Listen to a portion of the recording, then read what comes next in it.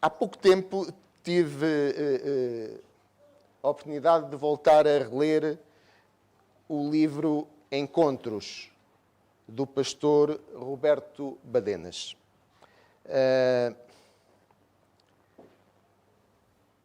E pude ali rever novamente alguns textos, algumas interrogações que nos são feitas, que me são feitas, que são feitas a todos nós em vários momentos da nossa vida. E foi com base em num desses textos bíblicos que vos trago a reflexão esta manhã. E gostaria, para isso, de vos pedir para abrirmos as nossas Bíblias no Evangelho de Lucas, no capítulo 9, e vamos começar a ler no versículo 51. E vamos até ao 53. E diz assim: E ocorreu que, ao se cumprirem os dias em que seria elevado aos céus, Jesus se manifestou em seu semblante a firme resolução de ir em direção a Jerusalém. E por isso enviou mensageiros à sua frente. Indo estes, chegaram a uma aldeia samaritana, a fim de lhe prepararem pousada. Versículo 53. Contudo, o povo daquela aldeia não o quis receber, por notar que ele estava de viagem a caminho de Jerusalém. Vamos fazer aqui uma pausa na leitura bíblica e vamos aqui tentar perceber o que é que se estava a passar neste episódio com Jesus e com os seus discípulos.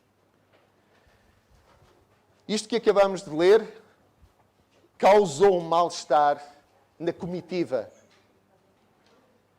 O que estava a acontecer, o que tinha acontecido naquela aldeia, tinha originado em todos eles uma tensão. Uma tensão em alguns deles, em alguns dos discípulos, uma tensão extrema. Eles não iriam continuar viagem, mas não podiam ficar naquela aldeia. Portanto, continuaram, seguiram, passaram aquela aldeia. Claro que noutras circunstâncias, eles teriam, o que pretendiam era parar, era descansar, era poder aliviar de toda a viagem que estavam a percorrer.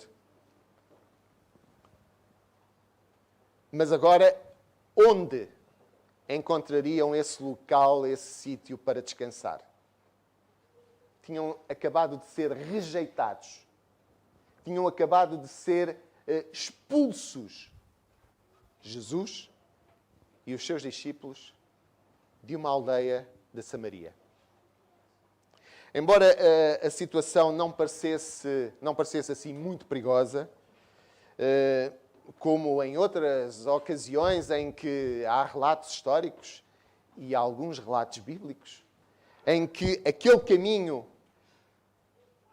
algures ali pela Samaria, muitas vezes se tornava bem complicado.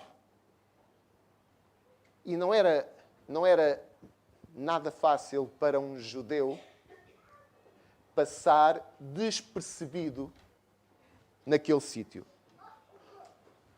Havia um ódio ancestral que já vinha de há muitas gerações atrás, avivado pelas contínuas querelas que haviam sido desenvolvidas entre samaritanos e judeus, que permitia que facilmente qualquer samaritano quase que cheirasse que se apercebesse que quem se estava a aproximar era um judeu. Este antagonismo entre judeus e samaritanos, há um historiador, mais ou menos da época, portanto ele nasceu poucos anos a seguir à morte de Jesus, o Flávio. Ele ficou mais conhecido como Josefo, Flávio Josefo, e ele diz-nos, em alguns dos seus relatos, que este antagonismo entre judeus e samaritanos remonta à guerra da sucessão entre os filhos de Salomão. Ou seja, eles são o mesmo povo. A seguir à qual esta guerra, parte do Reino do Norte deixou de ficar sujeito ao domínio de Jerusalém. E este conflito político ganhou conotações religiosas que se foram agravando, ainda que durante o período assírio, quando estes povos, o povo de Israel e se calhar as tribos, foram sendo invadidas por povos pagãos, e havia estes momentos em que talvez os fizessem pensar, em momentos de aflição, novamente pensar em Deus, pensar na sua história do passado. Mas esta divisão tornou-se irreversível no regresso do exílio da Babilónia, quando o reino de Judá recusou a reconciliação com Samaria e recusou também a colaboração dos samaritanos na reconstrução do Templo de Jerusalém. E por isso, os samaritanos acabaram por erguer um templo só para eles, que foi construído no Monte Gerizim. E os relatos históricos continuam a dizer-nos que, por volta do ano 128 a.C., os judeus destruíram este templo em Samaria. O principal local de culto dos samaritanos foi destruído pelos judeus. E já no tempo de Jesus, os judeus ortodoxos tratavam os samaritanos como hereges. Estes são relatos históricos da época. Agora, perante este contexto, talvez já consigamos perceber melhor o porquê do que acaba de acontecer nesta aldeia com Jesus e os seus discípulos. Os discípulos, por eles com certeza nunca se teriam arriscado a passar por aquele lugar, muito menos a pedir alojamento naquele sítio. Mas é Jesus.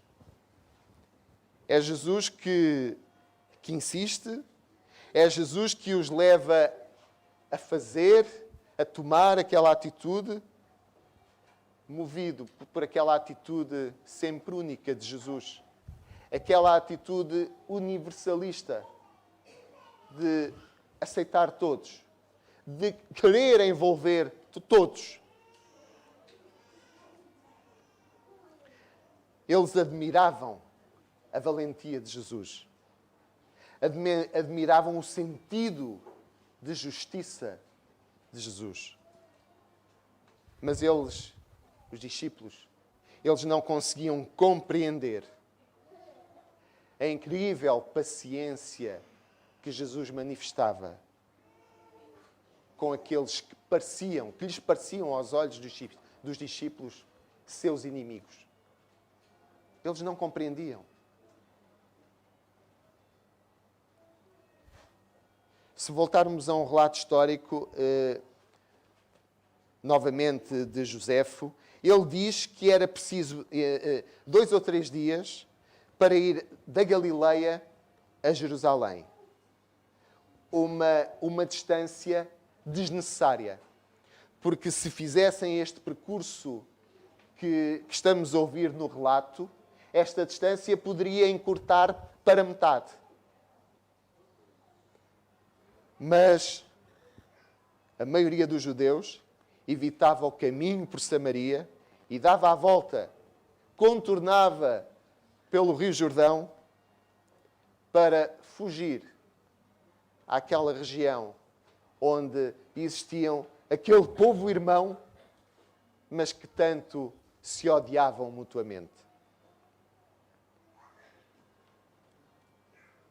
Podemos até ter ideia que Jesus parece também ter feito esses caminhos, portanto, esse caminho pelo Jordão, quando lemos também alguns relatos bíblicos da vida de Jesus, em que os evangelhos sublinham que a coragem e mesmo a sua predileção pela passagem por Samaria era uma atitude que Jesus propositadamente tomava para que pudesse, em alguns momentos, contactar com aquele povo. A atitude de Jesus, não mostrando qualquer preconceito a respeito dos samaritanos, é, contudo, insólita, é única. E para quem o assiste, naqueles dias, naquele tempo, é incompreensível. Apesar de que os relatos históricos dizem-nos que, por este exemplo de Jesus, a igreja primitiva, aquela que tem início depois da morte de Jesus, acabou por seguir este exemplo. E houve uma grande força missionária que foi feita e que privilegiou uma missão do Evangelho de Jesus em Samaria.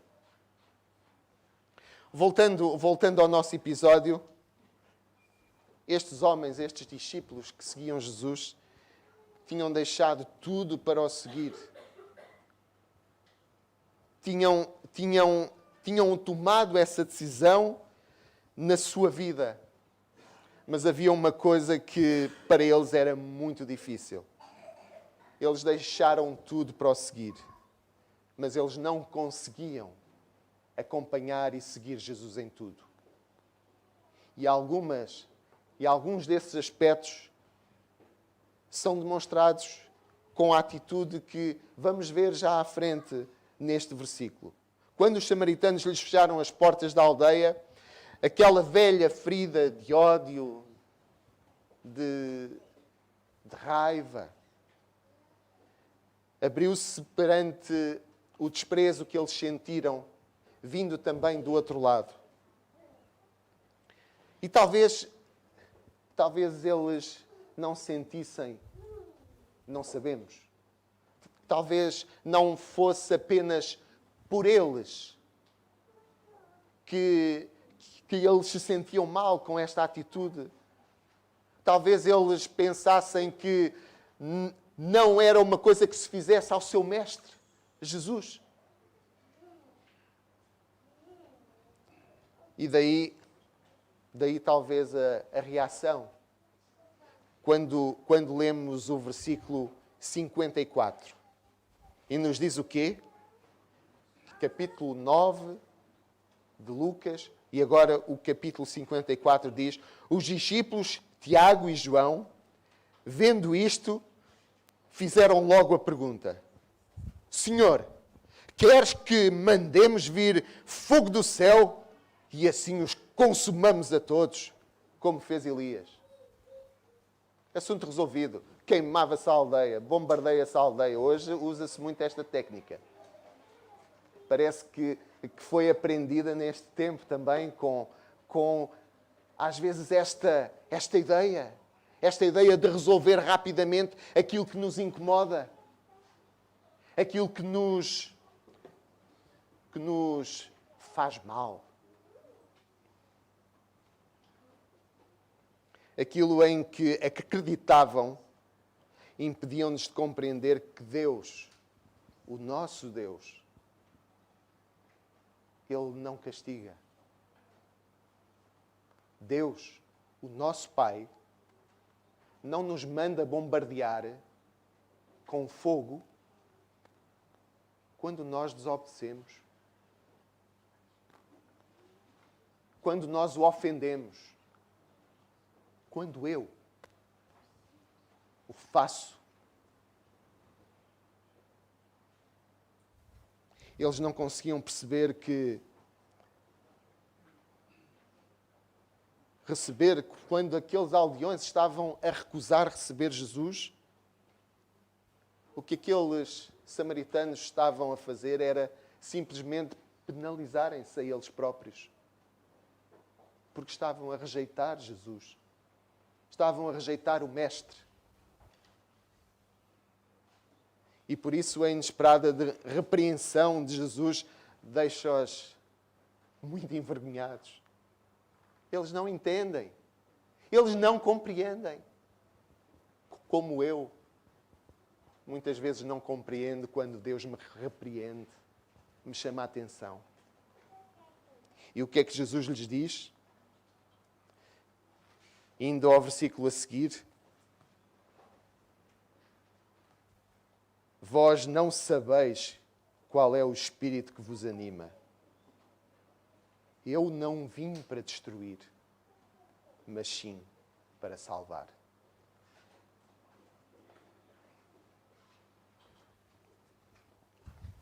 Os discípulos retomaram penosamente a marcha cabisbaixos. Isto foi muito direto ao seu ego.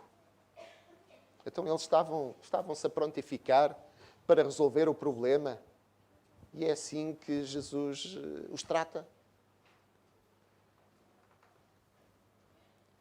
Com efeito, seguir Jesus nem sempre era o que eles haviam imaginado. O Mestre continuava à sua frente, isolado, se calhar triste, e eles seguiam-no. Os que não o conheciam não o queriam receber. E aqueles que o seguiam mostravam-se mais dispostos a destruir do que a salvar. O pastor Roberto Badenas diz, no entanto, esperou por eles para que caminhassem novamente juntos. E é quando surge de seguida um episódio que vai fazer ali, vai talvez libertar alguma pressão, alguma tensão. Alguns encontros imprevistos vão modificar aquele ambiente tenso no final daquele dia. Diz-nos o texto,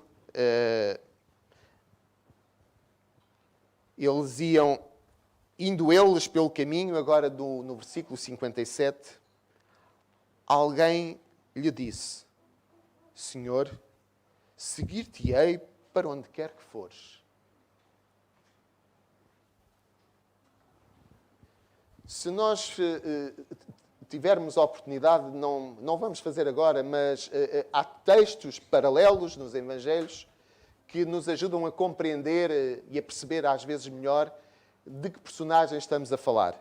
E é o exemplo deste. Há um texto paralelo no Evangelho de Mateus, capítulo 8, versículo 19, em que podemos concluir que este homem era um escriba, um doutor da lei. É, portanto, um intelectual. É um homem daqueles que se encontram mais na oposição àquela realidade em que Jesus e os seus discípulos se encontram. Este homem está tão impressionado com o que acaba de ver naquele caminho que sente vontade de falar com Jesus. Sente vontade de se disponibilizar para, quem sabe, ser também seu discípulo.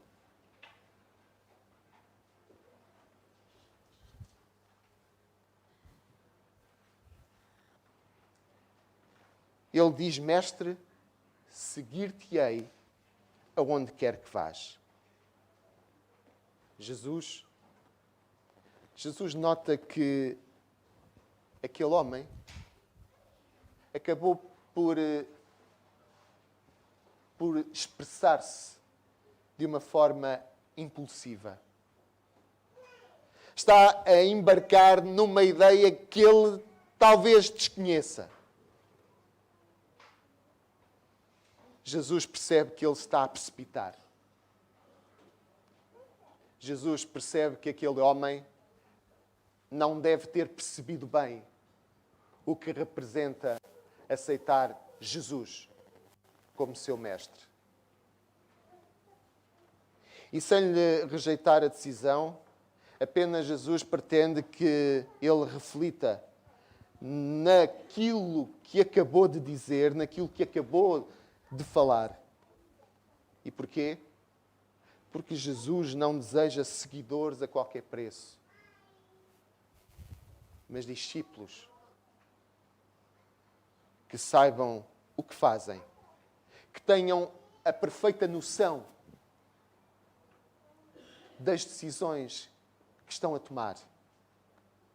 E por isso, Jesus continua e dirige-lhe a palavra dizendo: as raposas têm as suas tocas e as aves do céu têm os seus ninhos, mas o Filho do Homem não tem onde repousar a cabeça. Todos tinham percebido isso bem há pouco. Não tinha-lhe sido rejeitado, acabado de rejeitar um lugar para pernoitar, para passar a noite. Jesus, com estes exemplos das raposas, das aves do céu, pretende mostrar-lhe que há uma vida agitada, uma vida fugidia, que todos aqueles que o seguem podem ter que arriscar. Apesar de as raposas e os pássaros terem também uma vida agitada, mas eles acabam sempre por ter um lugar de descanso, ainda que precário às vezes. Mas Jesus acabara de ser rejeitado para poder descansar. E por isso Jesus não quer que este homem tome uma decisão sem compreender perfeitamente as repercussões dessa decisão. E com certeza que para Jesus deve ter sido maravilhoso ouvir alguém dizer: seguir-te-ei onde quer que vás. Mas aquele que ama de verdade, aquele que me ama a mim e a vós, não quer obter da pessoa amada coisa alguma que não seja livremente consentida por mim e por vós. Jesus prefere que os seus seguidores saibam aquilo que nos espera do que nos aceitar andando nós enganados pelo caminho que talvez não tenhamos total certeza de seguir. A narrativa deste texto não nos diz como é que este homem, este doutor da lei, respondeu a este aviso de Jesus. Mas sabem, meus irmãos, na vida de qualquer ser humano, na vossa, na minha, há momentos em que às vezes nada se repete. Há momentos na nossa vida que são únicos.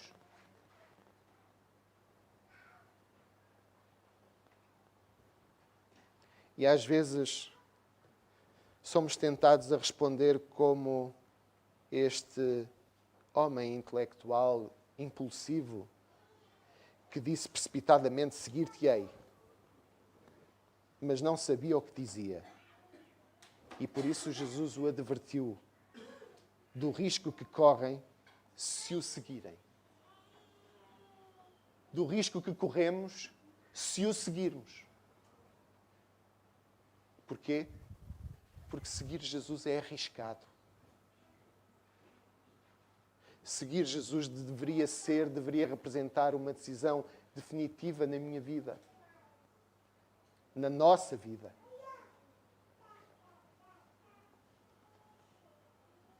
E seguir Jesus pode representar mudar muita coisa na minha vida, na nossa vida.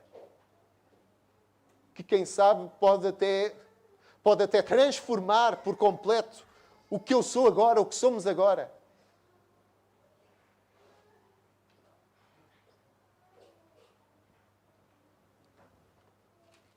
Já ouvi aqui esta história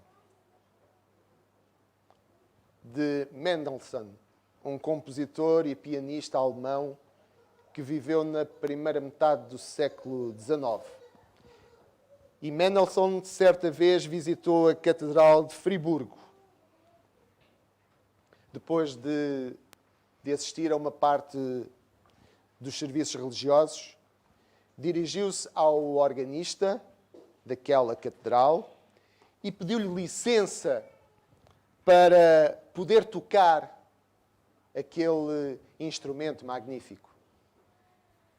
O velho organista olhou para ele, zeloso de cumprir e manter por completa segurança aquele magnífico instrumento, e recusou de imediato que alguém pudesse tocar naquele órgão. Mas Mendelssohn insistiu. E aquele homem idoso achou de uma arrogância alguém insistir a uma recusa que ele já tinha dado. Mendelssohn continuou a insistir. Até que aquele homem acabou por, ficando bem ali ao lado, de autorizar que este desconhecido para ele pudesse tocar naquele órgão. A música que começou a soar começou a maravilhar todos os que ouviam aquele momento, incluindo aquele idoso, ali mesmo ao lado, vibrando com aquilo que estava a observar naquele momento. Muito envergonhado, quando Mendelssohn fez uma pausa, aquele homem aproximou-se mais de Mendelssohn e disse: "Quem és tu? Como é que te chamas?" E Mendelssohn respondeu: "Mendelssohn."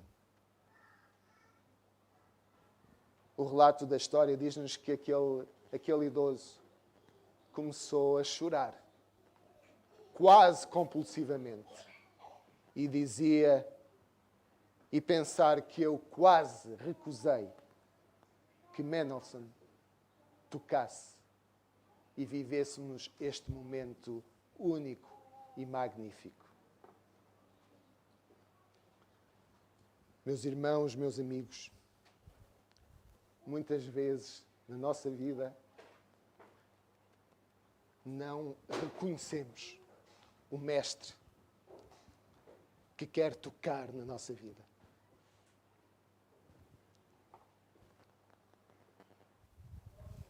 Mas Ele insiste.